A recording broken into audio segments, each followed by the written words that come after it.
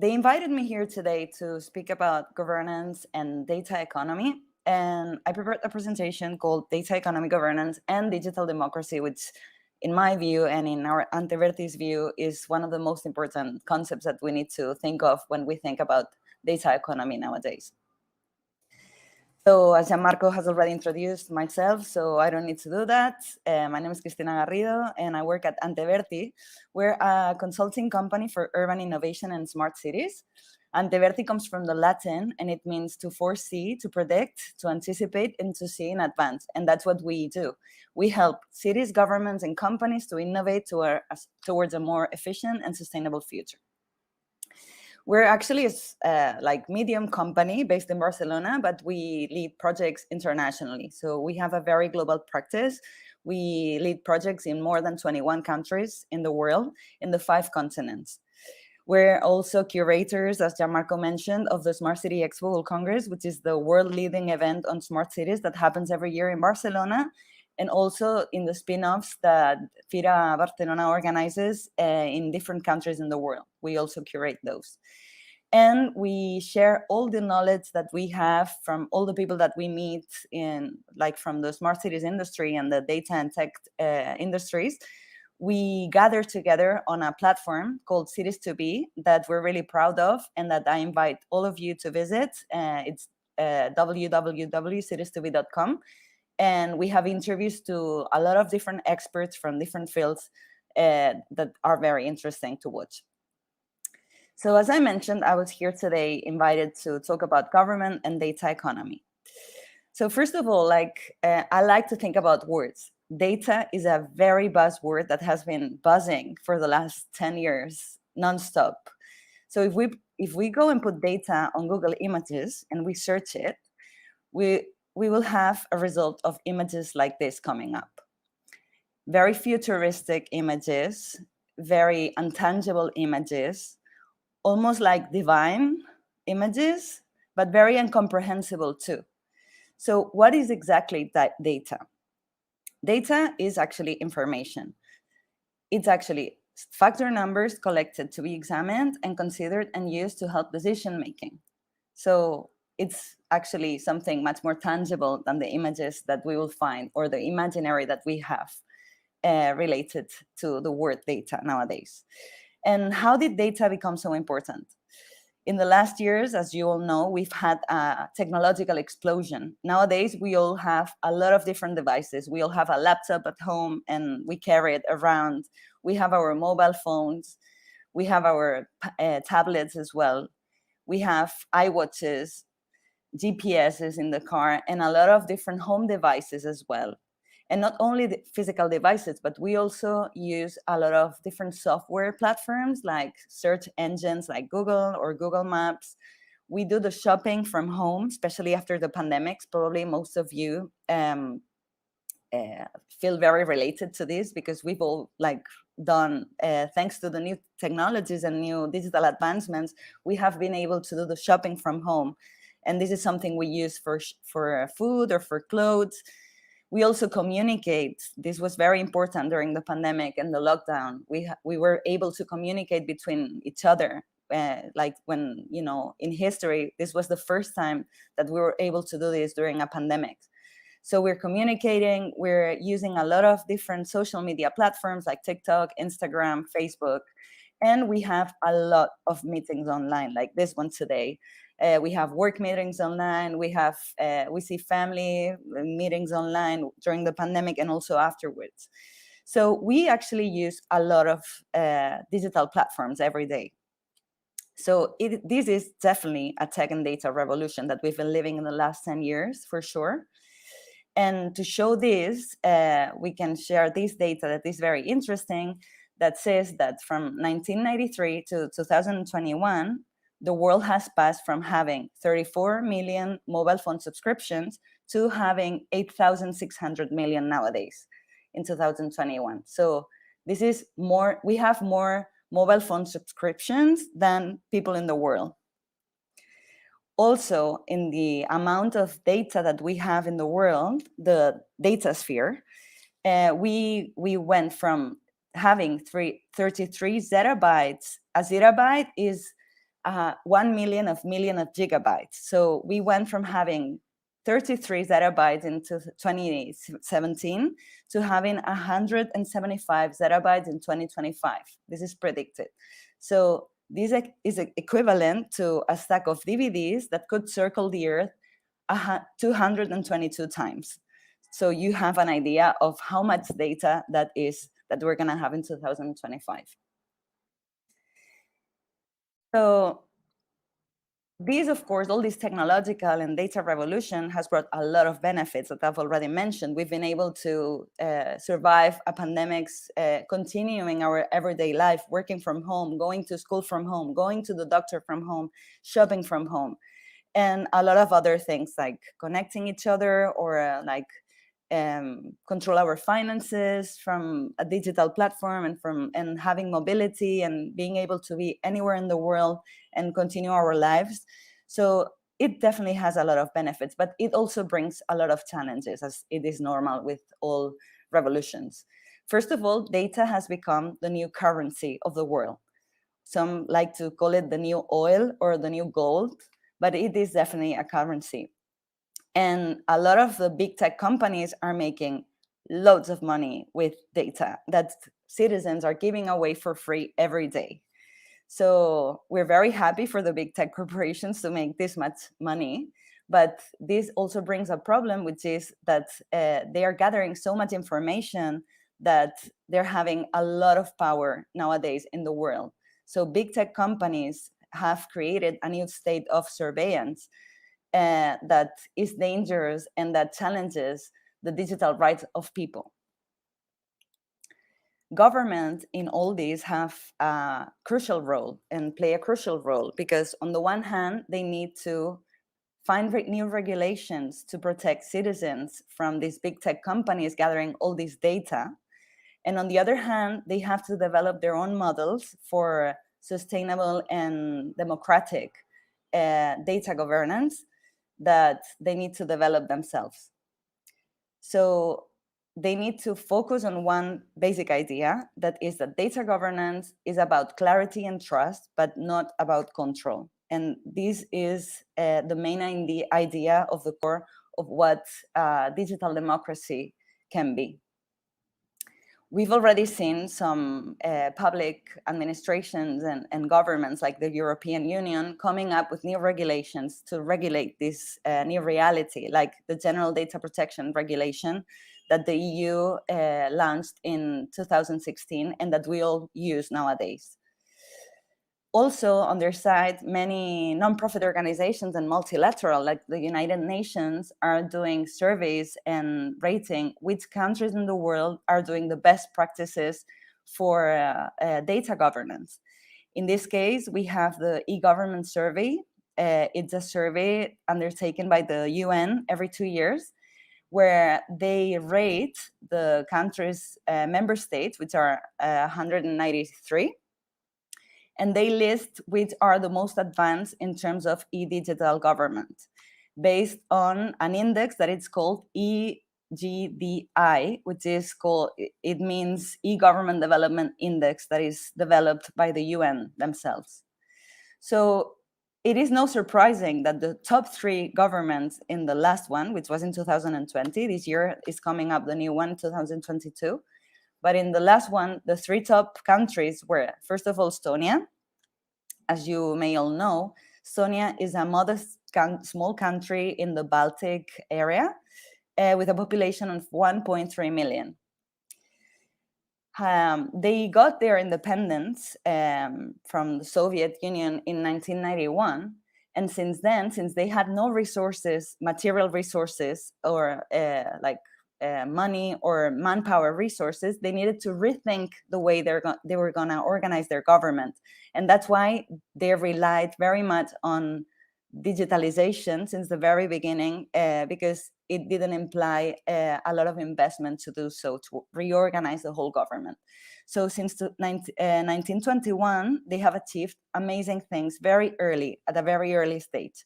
For example, in 1996, they had the first e-banking services. In 2000, they already had e-tax.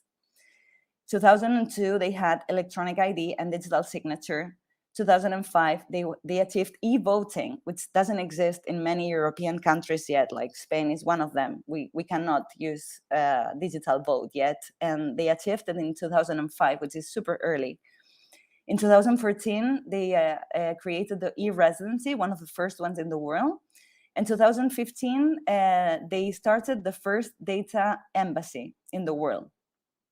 And nowadays they're continuing doing a lot of achievements and developments in order to not only to digitalize the government, but also to find a new and organized data governance model.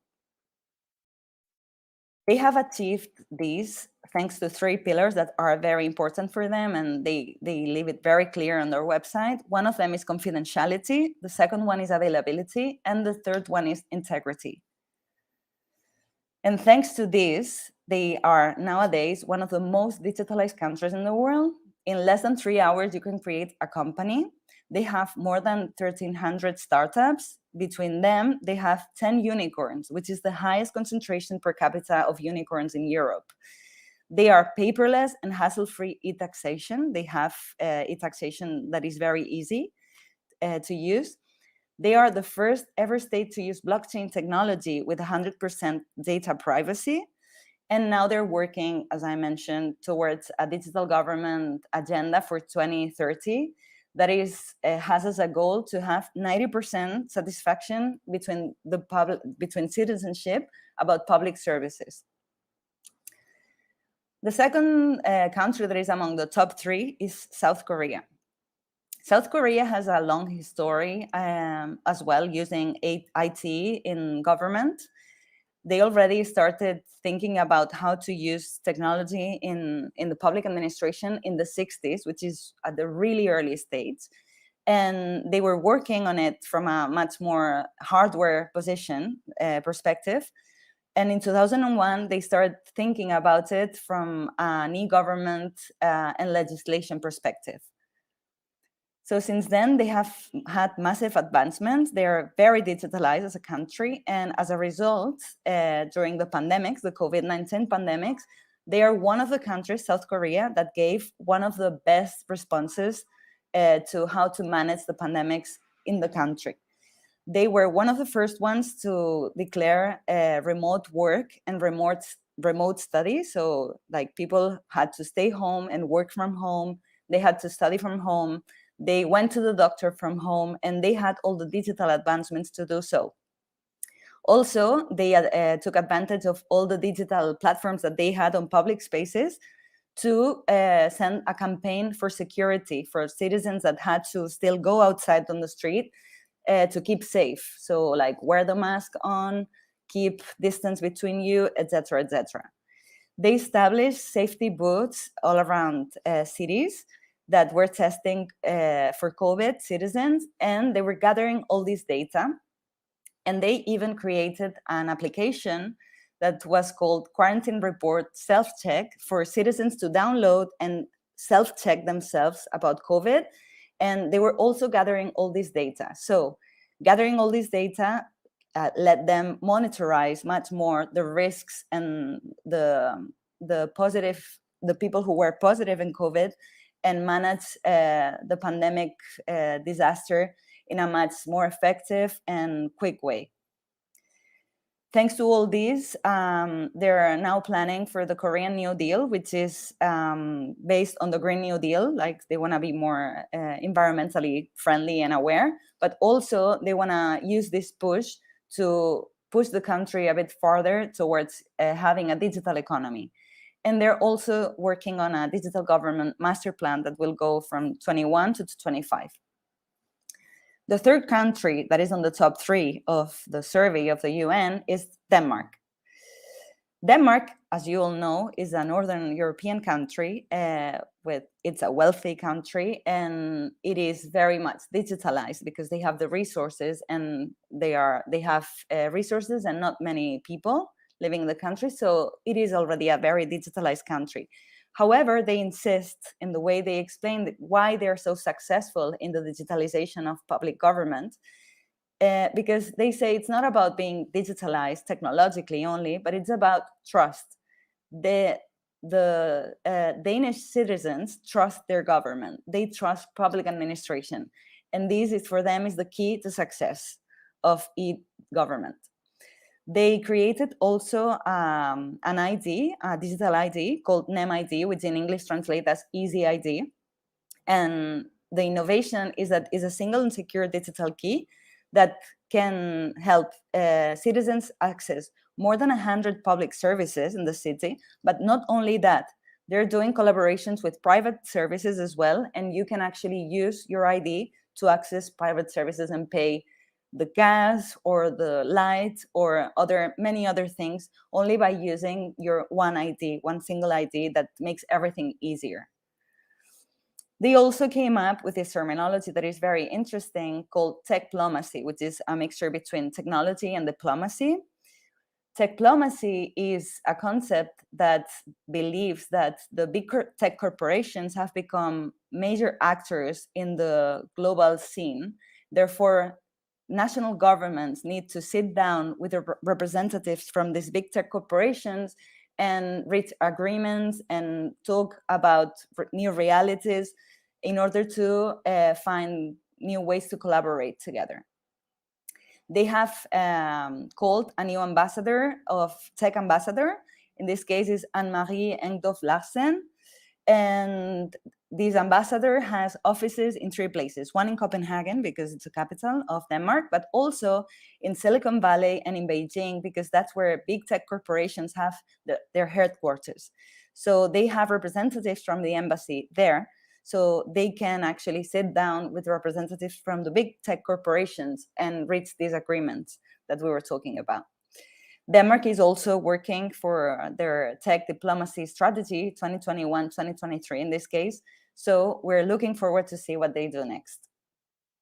And you'll think, okay, we're talking about countries, but what about cities? Because cities can do a lot as well in terms of digitalization of government and data governance models. Cities can use actually the same strategies that we have seen at a national level with Denmark, South Korea, and Estonia, but they need to adapt it to the size and the budget that they have. But in any case, they can do it. It's regardless of what size and budget you have, you can always work towards reorganizing a good and ethical model of digital governance. So cities are where the most of the data are produced. So they collect a lot of data every day. They're smaller than countries and much more, they have a much more manageable scale for this data and for sensorizing and like doing infrastructures to collect this data. And also they can have a much more of a direct impact with the decision making that they make when analyzing the data. So the way, not only cities need to use technologies to gather all this data, but also they need to think of what type of data governance model they want to have. In this case, we have a new network that started in 2018 called the Cities Coalition for Digital Rights, which is a network of cities started by Barcelona, Amsterdam, and New York in 2018 that wants to help each other in terms of how to build and how to create digital rights for citizens in urban context that I welcome all of you to check because it's very interesting. So as a wrap up, I would like to end up with 4 main ideas about what national or local governments can do and can learn to have a better model of data governance. First of all, they need to think of a model that is comprehensive, organized, and efficient, and design it. So this needs a lot of sitting down and design it and thinking about it. Second of all, they need to understand what data they need to collect and what for. So it's not necessary to centralize everything in the city and spend thousands of euros centralizing things if we don't know what we want the data for. So second exercise that is advised is to think what they want to analyze and what is the goal of collecting this data. Third one is to use the data for generating public value. So once they have collected this data, they need to create actions to have an impact that is positive and that has public value for citizens. And fourth, they especially need to rebuild trust from citizenship, because nowadays, like owed to all the scandals that have been with big tech corporations and also some authoritarian governments gathering too much data, like citizenship is a bit distrustful about how their data are going to be used. So the first thing that is advised is for governments to develop a strategy to regain the trust of their citizens. Thank you very much. And if you have any questions, I'll be very happy to answer.